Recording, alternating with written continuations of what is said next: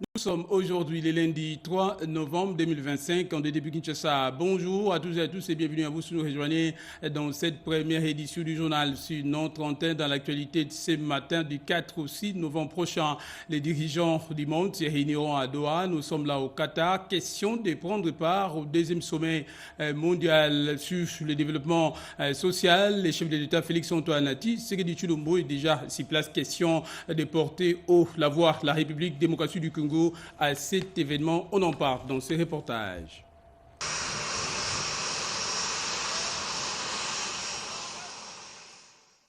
Préoccupé par la situation de son pays et de son peuple, le président de la République, Félix Antoine Tshisekedi Tshilombo, fait preuve de résilience pour défendre la cause congolaise dans tous les grands forums mondiaux. Ce dimanche, le chef de l'État et la très distinguée première dame Denise Nyakeru sont arrivés à Doha, ville qui abrite du 4 au 6 novembre en cours le deuxième sommet mondial pour le développement social. Organisé par les autorités qataries sous l'égide de l'Assemblée générale des Nations unies, ce sommet mondial de Doha se présente comme un espace de réflexion sur la pauvreté et les inégalités sociales. La situation humanitaire dramatique dans les zones occupées par l'armée rwandaise taraude les esprits dans ce forum de Doha. Du haut de la tribune du Centre national des congrès du Qatar, le chef de l'État va une fois de plus porter la voix de la RDC au sujet de cette situation sécuritaire, sujet préoccupante, conséquence de la guerre de prédation menée par le Rwanda. En répondant à l'invitation de l'émir du Qatar, le chef de l'État est aussi venu remercier la monarchie du Golfe pour ses inlassables efforts de médiation qu'elle a entrepris depuis plusieurs mois en faveur d'une paix durable dans la partie est de la RDC. Et bien avant de se rendre à Doha, au Qatar, le chef de l'État Félix Antoine Tshisekedi Tshilombo était au Caire, en Égypte, où il a rencontré, échangé fraternellement avec la diaspora congolaise. Il a à cette occasion réaffirmé sa ferme détermination et volonté pour la restauration de la paix sur l'ensemble du territoire national. Il en a fait une coutume.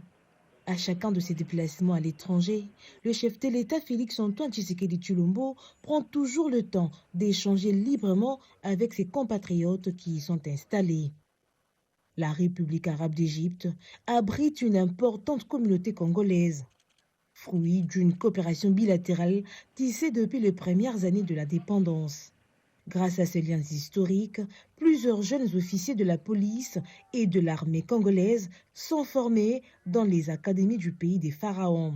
Réunis dans la résidence du chef de la mission diplomatique congolaise au Caire, au cours d'un entretien interactif, le chef de l'État a éclairé l'opinion sur plusieurs sujets d'actualité, principalement sur la situation sécuritaire et les différents processus de paix en cours. Et donc, depuis 2022, nous avions eu deux processus de paix, celui de Nairobi d'abord, le second, celui qu'on a appelé celui de Luanda, processus de Luanda, lui a été impulsé par le président Joao Lourenço d'Angola et qu'il a mené vraiment de très très belle manière de 2022 jusqu'à 2024, on va dire, en décembre, le 15 décembre.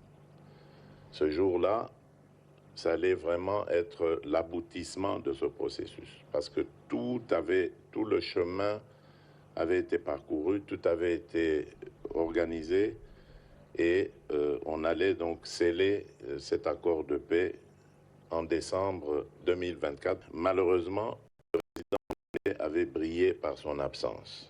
Depuis lors, il y a eu deux processus, celui de Doha, qui continue, d'ailleurs dans quelques heures j'y serai, celui de Doha qui, grâce à l'émir qui s'est impliqué personnellement, l'émir, le cheikh Tamim, a connu une avancée considérable dans un premier temps, puis ensuite a commencé un petit peu à ralentir parce que quelques semaines après, il y a eu le processus de Washington. Là aussi, le président Trump de prendre les choses en main.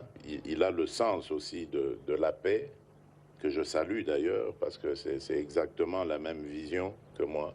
Vivre en paix, travailler au développement de nos populations, travailler à la coopération entre nos pays, amener le sourire, le développement, la joie, le bonheur, c'est mon leitmotiv. Et ça, c'était un accord qui comprenait la fin de la guerre, la fin du soutien aux groupes armés qui pourraient déstabiliser l'un ou l'autre pays. Cette rencontre a été la dernière étape de son séjour au pays des pharaons.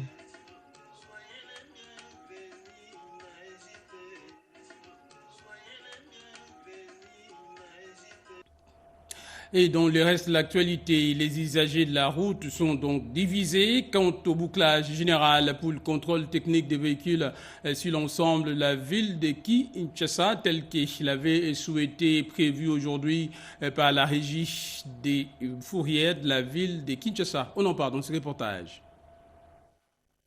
À partir de lundi, la ville-province Kinshasa sera placée sous un dispositif de bouclage destiné à renforcer le contrôle technique des véhicules en circulation. Une opération d'envergure annoncée par le ministre provincial des Transports et Mobilité urbaine qui vise à assainir le parc automobile et à réduire le risque d'accidents liés à l'état mécanique des véhicules. Entre-temps, des chauffeurs déjà en règle et ceux qui peinent à se conformer, les réalités divergent. À part ça, tous les parking, il y a solo attends la séance contrôle technique. La monnaie mbongwana et c'est que qu'il y ait banité. La mitsu bako no c'était pas compliqué ba na banzela parce que dans le banzela silité. Banzela au l'état de sala na silité. Contrôle technique dans ça. Mais ba prix na ngo pe les cher makasi. Mais et là que zo sala biso pasi ezani. Tango bazo senga biso contrôle technique, il faut pas tala état yanzela. Supposons place on a constaté sa contrôle technique à 100 mètres na ngo libulu ezali na touti na libulu, rotine na ngai longwe. Na kozongo sur le contrôle technique. Basi li c'est biso misala yanzela. Ça nga sa contrôle technique ya l'état. L'état na droit ya sala nyonso pour na chauffeur. Na yé pas rempli de ba condition ba chauffeur. On a sommé déjà ezaki ya 100 fenêtres. Comment on lingana yé ba ko ba cha si koza na fenêtre. La ngai yango. Si décembre. Bon, fenêtre exact, mais c'est ça qui Entre rigueur des autorités de la ville-province Kinshasa et les réalités sur terrain, le bouclage pour contrôle technique marque une nouvelle étape vers un circuit plus sûr dans la capitale. Et justement, l'application de ces bouclages général pour le contrôle technique des véhicules dans la ville de Kinshasa n'aura plus lieu aujourd'hui. Elle a été reportée par l'hôtel de ville de Kinshasa. C'est qu'a annoncé hier le ministre provincial des Transports, Jésus Noël Cheké. C'était lors de son intervention dans notre édition magazine de 20h. Je vous propose de l'écouter. Son Excellence, messieurs les gouverneurs de la ville de Kinshasa, le gouvernement provincial, à travers les ministères ayant en charge les transports et la mobilité urbaine dans la ville de Kinshasa, annonce la prolongation jusqu'au 17 novembre prochain, lundi 17, la période pour déployer les contrôles de certificats de contrôle technique. Donc initialement prévu pour demain les 3, vu l'engouement également dans tous les différents centres de contrôle technique, vu également les civismes démontrés par la population quinoise, le gouverneur a instruit l'exécutif provincial de pouvoir accorder une période de prolongation de 14 jours afin de permettre à tous les Quinois qui n'ont pas eu la possibilité de pouvoir aligner leurs véhicules au regard aussi bien de l'engouement et de toutes les files qu'on a constatées dans les différents centres, de pouvoir les faire aisément, mais cette prolongation n'est pas un décrochage. Voilà donc pour cette situation. Dans le reste de l'actualité, la commission infrastructure et aménagement du territoire du Sénat appelle à l'accélération des travaux de projet Kinshasa Arena situé dans le complexe du stade des Martyrs. Cette commission a exprimé sur place et formulé cette requête lors d'une visite d'inspection effectuée sur les sites du dit projet. Reportage. Avec ambition de pousser les parties prenantes afin que les travaux du projet Kinshasa Arena se concluent au mieux et au plus vite, La commission infrastructure et aménagement du territoire du Sénat s'est rendue sur le site du projet ce vendredi 31 octobre. Tout commence par une réunion de fixation qui a permis aux différentes parties prenantes, dont la CGT en sa qualité de maître d'ouvrage, délégué et la mission de contrôle, de fournir à la commission des éléments de compréhension du niveau actuel du projet. La principale information signalée sur le site est l'arrivée de plusieurs matériels destinés à la finition, dont les sièges et les équipements de la climatisation. La fin des travaux projetée pour avril 2026. Après la réunion, la commission s'est rendue dans le bâtiment pour une inspection visuelle des travaux. Tous les grosses œuvres sont presque achevées et les finitions sont pour bientôt. De forme circulaire, l'Arena, capable d'accueillir 20 000 spectateurs, les travaux ont été lancés le 13 octobre 2023 et ont piétiné à la suite de quelques complications d'ordre administratif. L'ingénieur est vice-président de la commission infrastructure au Sénat. Ce projet, c'est un projet important. Le chef de l'État en a parlé. Donc ça montre bien qu'il y a une volonté du président de la République de faire des choses à la grandeur de ce pays. Nous sommes venus donc pour voir pourquoi ça ne se termine pas. Lorsque nous faisons le constat, les grosses œuvres sont terminées de l'ordre de 80-90%. La finition n'est pas encore faite, la toiture n'est pas encore faite. Nous, en tant que Sénat, nous sommes venus pour voir ce qui se passe, quels sont les problèmes et comment nous pouvons remonter l'information au niveau du président du Sénat, l'honorable Samuel Kondé, et voir ensemble comment nous pouvons régler ces problèmes avec le gouvernement. Kinshasa Arena suscite des grandes attentes et symbolise les ambitions de modernisation des infrastructures sportives en République démocratique du Congo. Préoccupés par les développements de leur province, les membres du caucus des parlementaires de la province de l'Ituri se sont rendus au bureau central des coordinations. Question de s'enquérir, notamment de l'état d'avancement et de l'évolution du programme de développement local des 145 territoires dans cette partie du territoire national. Reportage.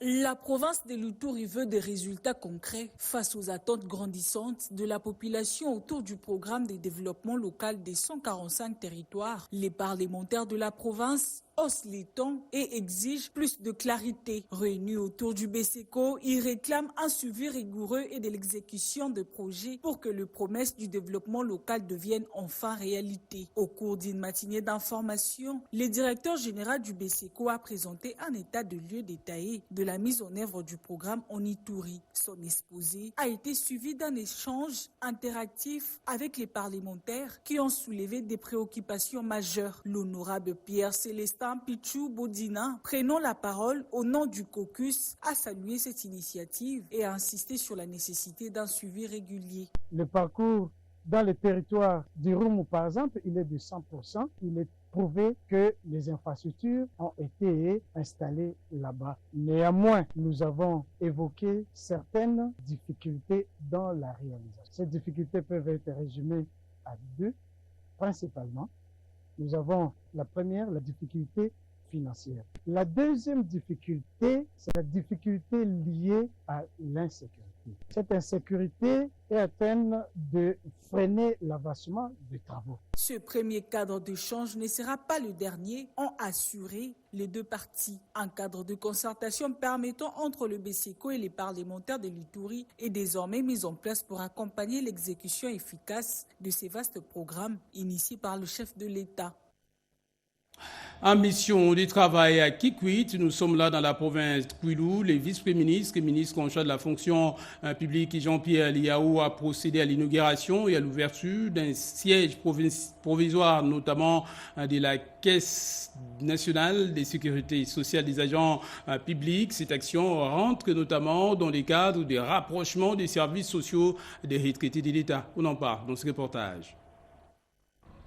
L'état social voulu par le chef de l'État, Félix Antoine Tshisekedi Tshilombo, se matérialise progressivement. À Kikwit, dans la province du Kwilu, le vice-premier ministre, ministre en charge de la fonction publique, Jean-Pierre Liaou, a procédé le vendredi 31 octobre 2025 au lancement officiel de l'agence provisoire de la Caisse nationale de sécurité sociale des agents publics de l'État, SANSAP en sigle. Ici, les fonctionnaires de l'État, les agents publics vont devoir faire leur démarche sans encombre pour assurer leur retraite, bénéficier d'autres prestations sociale, d'autres branches qui sont prévues par la SENSAP, la branche de risque professionnel, maladies, accidents de travail, mais aussi d'autres branches qui vont être implémentées dans les semaines et les mois à venir. Donc ce n'est qu'une agence provisoire que nous mettons à la disposition des fonctionnaires et des agents publics du Kwilu. Après ici, nous irons poser la première pierre destinée pour la construction de l'agence définitive, l'agence provinciale de la SENSAP. Ce dispositif de proximité vise à garantir un service plus efficace, plus rapide et humain, accessible aux fonctionnaires, militaires, policiers et enseignants du Kwilu. À Kisangani, là aussi un recrutement a été fait sur base de concours et priorité est donnée aux natifs, aux autochtones. Avec cette nouvelle antenne, le Kwilu rejoint les premières provinces dotées d'une agence SENSAP dans le cadre d'une politique sociale équitable portée par le gouvernement sous la coordination de la Première ministre et selon la vision du président de la République. Une délégation de la Cour des comptes s'est rendue au bureau de l'Assemblée nationale, question d'y déposer les rapports sur la reddition des comptes de l'exercice clos. Reportage. Tradition respectée, la Cour des comptes s'est acquittée de son devoir de déposer à la fin de chaque année budgétaire le rapport sur la reddition des comptes de l'exercice précédent. Question de donner au Parlement les éléments constitutifs sur l'utilisation du budget alloué à chaque secteur, mieux à chacune des institutions. La délégation de la Cour des comptes a été conduite par son vice-président Jimmy Munganga Ngwaka à la chambre basse du Parlement pour mettre entre les mains du rapporteur, le professeur Jacques Djouli, la reddition des comptes pour l'exercice 2024. Le sénateur a voulu que le Parlement ait des informations sur la façon dont le gouvernement avait exécuté le budget de l'exercice N-1, en l'espèce 2024. La façon dont le gouvernement a exécuté le budget de l'exercice N-1. Le législateur a prévu aussi que le Parlement ait des informations sur l'exécution du budget N de l'année en cours au premier semestre. Et la Cour des comptes saisit aussi le Parlement avec ses observations sur l'exécution du budget de l'année en cours au premier semestre. Toutes ces informations-là doivent en principe permettre le Parlement d'être bien outillé pour voir qu'est-ce que je peux donner comme autorisation au gouvernement pour l'exercice N+1. Le même exercice se fera à la Chambre haute du Parlement quand on sait que la session de septembre est exclusivement consacrée à l'examen et au vote de la loi des finances pour l'exercice. Le commissariat général de la police nationale congolaise a dépêché en Ituri une délégation question des procédures de lancement de la campagne de recrutement externe pour donner un sang nouveau au sein notamment de la police de la province de l'Ituri. On en parle dans ce reportage. Dans le cadre de la grande ambition de réformer et de renforcer la police nationale congolaise, une délégation de haut niveau envoyée par le commissariat général a effectué une mission dans la province de l'Ituri. Une mission menée sur instruction directe du commissaire général de la police nationale, le commissaire divisionnaire principal Benjamin Alongaboni. Son objectif, lancer une campagne de recrutement externe pour injecter un sang nouveau au sein de la police. Cette initiative vise à résoudre la question cruciale des effectifs dans la province de l'Ituri, dirigée par le gouverneur militaire, le lieutenant-général Johnny Luboya Kanchama. En plus de la résilience, il y a aussi l'OIM qui va aussi former 150 policiers que nous allons recruter par la même voie pour la protection des frontières. C'est une opportunité aux jeunes de l'Ituri de poser des candidatures. Il y aura appel à la candidature, ils vont poser le dossier, on va essayer de dépouiller et on va publier qui sont retenus et ils vont passer un test. Et les gens qui vont réussir au test, nous allons les prendre, les soumettre au test médical et nous allons retenir les 300 pour l'Ituri, 300 pour le Nord Kivu dans les cas de résilience et pour l'Ituri, nous avons aussi 150 pour Bodalaï. Fin à Kinshasa, l'atelier des renforcements des capacités de quelques officiers supérieurs et généraux des forces armées de la République démocratique du Congo sur les résultats. C'était au camp lieutenant Kolo avec l'appui de la MONUSCO. On en parle dans ce reportage.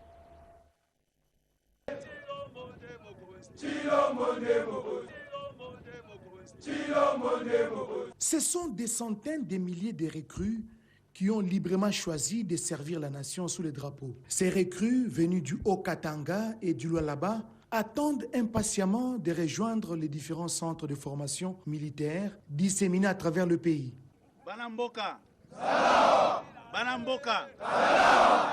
Les centres de Baya, leur lieu de cantonnement provisoire, a vu arriver un camion plein de vivres et non-vivres, geste posé par les députés nationaux, chacun Malangiswana, qui a ces gestes patriotiques et philanthropiques constitués de bidons d'huile, de sacs de farine, de boîtes de conserve, de poissons salés et d'autres biens de valeur.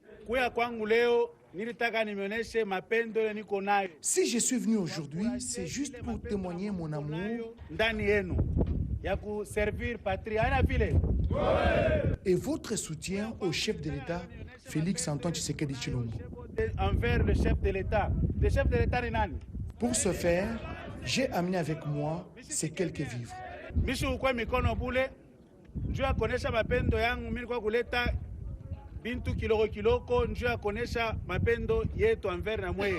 C'est le colonel Justin Kitoko, responsable du recrutement à la 22e région militaire, qui a reçu ses soutiens matériel et moral de l'honorable Chakin Malangi, qui n'est pas à son premier geste.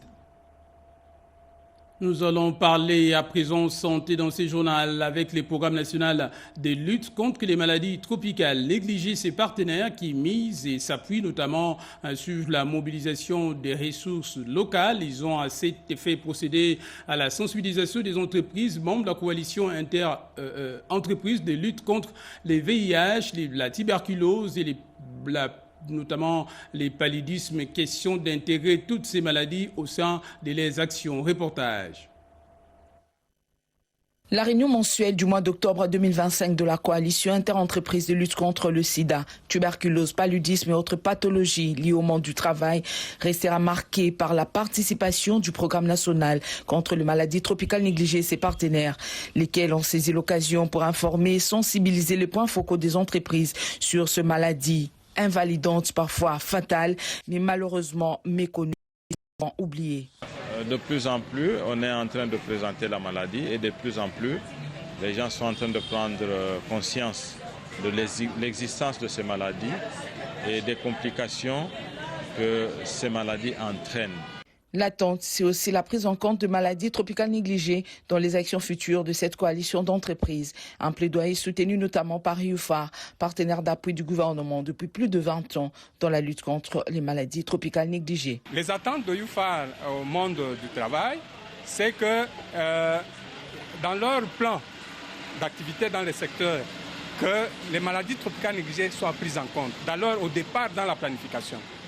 Que le monde du travail intervienne dans la sensibilisation et aussi la prévention et aussi la prise en charge des cas. Et du côté Ciels, l'engagement ne s'est pas fait attendre. C'est une collaboration qui vient de naître. Nous allons nous mettre ensemble pour accompagner le programme afin que nous puissions travailler de commun afin de booster un peu la prise en charge de ces différentes pathologies, mobiliser les fonds surtout. Cette collaboration multisectorielle nouvelle dynamique dans la riposte contre les maladies tropicales négligées en République démocratique du Congo. En santé encore, les départements de chirurgie orale et maxillofaciale de la faculté de médecine dentaire de l'université de Kinshasa a procédé au lancement officiel de la Société congolaise de chirurgie orale et maxillofaciale. Reportage. Pour une meilleure santé bucco-dentaire que le département de chirurgie orale et maxillofaciale de la faculté de médecine dentaire de l'université de Kinshasa a procédé au lancement officiel d'une société congolaise de chirurgie orale et maxillofaciale, SOCOM en sigle. Objectif, promouvoir la recherche scientifique, contribuer à l'amélioration de soins de qualité, transmettre et produire le savoir à la génération future. Cette société savante favorisera le partenariat entre la population et les hôpitaux ainsi que toute la communauté estudiantine de l'UNIKIN. Exécuter les objectifs fixés par son Excellence, Monsieur le chef de l'État. À l'occasion de cette sortie officielle, nous allons lancer le tout premier congrès international des chirurgiens orales et maxillofaciales ici en République démocratique du Congo, probablement qui va être au mois d'octobre ou au mois de novembre, ça sera encore une occasion à laquelle nous allons parler des soins qu'il faut donner à notre population. Notons que la chirurgie orale et maxillofaciale est une spécialité de la dentisterie intégrant la chirurgie esthétique buccale. Enfin, la société de chirurgie orale et maxillofaciale vient rayonner la science et bâtir une spécialité d'excellence en médecine pour la République démocratique du Congo. Quelques provinces du pays vont bénéficier des nouvelles infrastructures en eau potable. Question de lutter notamment contre la pénurie de cette ressource vitale et précieuse, raison pour laquelle le directeur général de la régie des USA, David Chidumba Mutombo, a expliqué, rappelé notamment aux potentiels candidats soumissionnaires au projet d'alimentation en eau potable la nécessité des investissements massifs pour répondre notamment au déficit en eau en République démocratique du Congo. Reportage. Cet atelier d'engagement et de mobilisation précoce des entreprises pour les travaux d'alimentation en eau potable est organisé dans cette perspective afin de favoriser un dialogue constructif entre le gouvernement, les partenaires et les secteurs privés, renforcer la transparence et la qualité du processus de passation des marchés. Financé à hauteur de 400 millions de dollars américains, la première phase de ces projets entend faciliter l'accès à l'eau potable à plus de 3 millions de personnes dans des provinces du Kwilu, Kasaï et Kassai central. Mais ça ne veut pas dire que les provinces qui ne sont pas citées ici ne sont pas considérées dans la planification des projets que nous faisons à la Régie des eaux. Il nous faut dépenser plus d'1,2 milliard à 1,5 milliard de dollars chaque année pendant au moins 10 ans successifs sans interruption pour qu'on puisse dépasser les 70 à 75% du service public de l'eau à travers toute la République. Parmi les autres pistes envisagées figurent entre autres la révision de la tarification et la mise en œuvre des nouvelles mesures. Le gouvernement seul n'y arrivera pas. Nous avons également besoin non seulement des partenaires au développement, mais du secteur privé. Mais pour que le secteur privé arrive, il nous faut des réformes courageuses. Des réformes qui vont au-delà de ce qui a été fait jusqu'à ce jour. Dans l'entretemps, les travaux prévus dans le cadre du projet d'alimentation en eau potable dans la ville de Chikapa et ses environs visent à renforcer et à étendre considérablement les infrastructures existantes afin de répondre aux besoins croissants de la population à l'horizon 2045. Et en nouvelle, la deuxième édition de la conférence sur les mines, l'énergie et les infrastructures s'ouvre aujourd'hui lundi 3 novembre à Kindu. Nous sommes là au Maniema. Le Nord Kivu ne va pas être du reste. Son gouverneur militaire a dépêché s'y place une forte délégation composée essentiellement des membres du gouvernement provincial. Le Nord Kivu participe à cette conférence dans l'optique de raffermir notamment ses relations avec la province sœur du Maniema. Cette deuxième édition de cette conférence vise donc à mobiliser les efforts conjoints du gouvernement provincial, des partenaires en vue d'identifier des projets prioritaires et durables pour améliorer également la connectivité provinciale entre le Nord Kivu et le Maniema. Et pour finir, la cathédrale Notre-Dame du Congo a servi de cadre à une messe d'action de grâce pour la paix en République démocratique du Congo. Une messe pour la paix en République démocratique du Congo, les camps de la République empruntent la voie religieuse pour implorer la main du Très-Haut. Son initiateur, Freddy Kita, et l'ensemble de sa plateforme politique ont choisi la cathédrale Notre-Dame pour intérioriser l'instant et adresser une pensée pieuse à la population dans les zones occupées par l'agresseur rwandais et ses supplétifs de la FCM 23. Le pays est en guerre, nous sommes envahis par les armées étrangères et il y a des morts partout. Je dirais que le chef de l'État est en train de tout faire pour que la paix soit une réalité vivante, mais nous aussi, en tant que classe politique, acteurs politiques, peuple congolais, nous avons ce devoir-là d'appeler tout le monde à la paix, à l'unité, parce que au jour d'aujourd'hui, nous avons constaté que seule l'unité qui peut nous aider à récupérer aussi ces territoires occupés. La raison pour laquelle nous avons organisé cette messe ici, parce que nous avons l'armée bien sûr, nous avons toutes les forces acquises, mais il faut aussi l'aide spirituelle pour que le Seigneur nous aide à récupérer aussi ces territoires. Les camps de la République restent donc mobilisés pour appeler à l'éveil patriotique et au soutien aux actions de paix consenties par le chef de l'État Félix-Antoine Tshisekedi. Voilà pour l'essentiel, l'actualité de ce matin. Merci de votre fidélité à notre antenne. Merci également à nos équipes, à la rédaction, à la régie, notamment à Mamita Bangoulou, Didier Ediawa, Jonathan Moubalama, Dexidimou ainsi qu'Alain Ngaliagas, à qui nous avons pu vous informer. Restez avec nous. L'actualité continue en français également dans les autres langues de diffusion. Le prochain, ce sera à 13h30 avec Luzen Tsakala à la présentation. D'ici là, bon début de semaine à tous et portez-vous bien.